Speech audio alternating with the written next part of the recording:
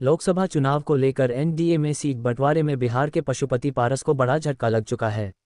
उन्हें एक भी लोकसभा सीट नहीं मिली। भतीजे और चाचा से 36 का आंकड़ा रहने वाले चिराग पासवान को 5 लोकसभा की सीटें मिल चुकी है। बताया जाता है कि वैशाली सांसद बीना देवी और खगड़िया सांसद महबूब अली कैसर भी पशुपति पारस को छोड़कर चिराग पासवान के साथ हो लिए। कितनी शर्मनाक घटना है कि पशुपति पारस ने प्रेस कॉन्फ्रेंस कर मंत्री पद से इस्तीफा देने की घोषणा के समय मंच पर ना ही चंदन सिंह दिखे और न ही प्रिंस पासवान मौजूद थे। सूत्रों के अनुसार प्रिंस और चिराग के बीच समझौता होने को लेकर वार्ता जारी है। बताया जाता है कि पारस के लिए सम्मानजनक व्यवस्था भाजपा कर सकती है, पर उनके सांसदों को नहीं। स्वर्गीय रामविलास के वोट से पारस सांसद बने थे, यह नहीं कि अपने वोट से सांसद बने थे। जनता भी नहीं है। वैसे स्थिति में चिराग पासवान को हराने के लिए ताल ठोकना फिजूल सोच है। ये नहीं भूलना चाहिए कि पशुपति कुमार पारस बीजेपी के साथ होने की बदौलत ही केंद्रीय मंत्री बन पाए थे। इस मुगालते में भी उनको नहीं रहना चाहिए कि बीजेपी ने उनकी किसी राजनीतिक ताकत की वजह से साथ दिया था। उनको लोक जनशक्ति पार्टी के संसदीय दल का नेता बनाया जाना भी वक्त की नजाकत और जरूरत थी। वो तो तात्कालिक राजनीतिक परिस्थितियों का फायदा उठाने में सफल रहे। बीजेपी तक मामला पहुंचने से पहले तो पशुपति कुमार पारस को ज्यादा मदद नीतीश कुमार से ही मिली थी। नीतीश कुमार को चिराग पासवान से बदला लेना था और वो पशुपति कुमार पारस का इस्तेमाल कर लिए। इस्तेमाल तो पशुपति कुमार पारस का बीजेपी ने भी किया है। पशुपति कुमार पारस का केंद्रीय मंत्री पद से इस्तीफा काफी हैरान करने वाला है। जिस दौर में हर नेता बीजेपी के साथ जाने के लिए आतुर हो, किसी नेता के साथ छोड़कर जाने का कोई मतलब नहीं बनता।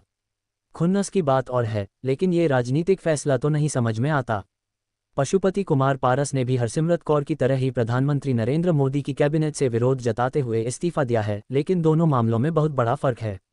हरसिमरत कौर ने कृषि कानूनों के विरोध में यानी एक खास मकसद के लिए इस्तीफा दिया था और एनडीए से नाता तोड़ा था। पशुपति कुमार पारस का तो महज निजी स्वार्थ देखा जाएगा। ऐसा भी तो नहीं है कि वो अपने वोटर को जाकर बताएं कि दलित हितों की लड़ाई लड़ने के लिए उन्होंने एनडीए छोड़ा है। न ही वो दलितों के साथ किसी तरह के भेदभाव का आरोप बीजेपी पर लगा पाएंगे। अगर किसी के धोखा देने की बात बोले तो उल्टे उनको ही सुनने पड़ेंगे। भले ही बीजेपी ने कभी नहीं पूछा हो, लेकिन लोग तो पूछेंगे ही कि आखिर चिराग के साथ उनके व्यवहार को कैसे देखा जाए। लोक जनशक्ति पार्टी को खड़ा करने से लेकर मुख्यधारा में बनाए रखने में वो शिद्दत से मेहनत करते रहे, लेकिन वारिस तो बेटा ही बनेगा, भाई को पूछता कौन है।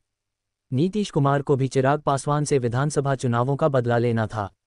सारे जरूरी इंतजाम कर देने के बाद हांडी चूल्हे पर चढ़ा दी गई। मुश्किल ये है कि अब तो पशुपति कुमार पारस को नीतीश कुमार की मदद भी नहीं मिल सकती, वो तो अभी एनडीए के साथ हैं। पशुपति कुमार पारस अगर अपनी राजनीतिक हैसियत की ठीक पैमाइश कर पाते तो बीजेपी का ऑफर बड़े ही सहज भाव से स्वीकार कर सकते थे। राज्यसभा भेजने या किसी स्टेट में राज्यपाल बना देने का ऑफर कोई बुरा नहीं था। पशुपति कुमार पारस का गुस्सा ऐसा लगता है जैसे वो चिराग पासवान के खिलाफ राजनीतिक नहीं बल्कि पट्टीदारी की लड़ाई लड़ने के लिए मैदान में कूद पड़े हों। भूमिका वोट कटवा से ज्यादा तो नहीं होने वाली हो सकता है। पशुपति कुमार पारस भी सिर्फ 6 सीटों पर ही अपने उम्मीदवार खड़ा करें अगर वो अकेले अपनी पार्टी से चुनाव लड़ते हैं।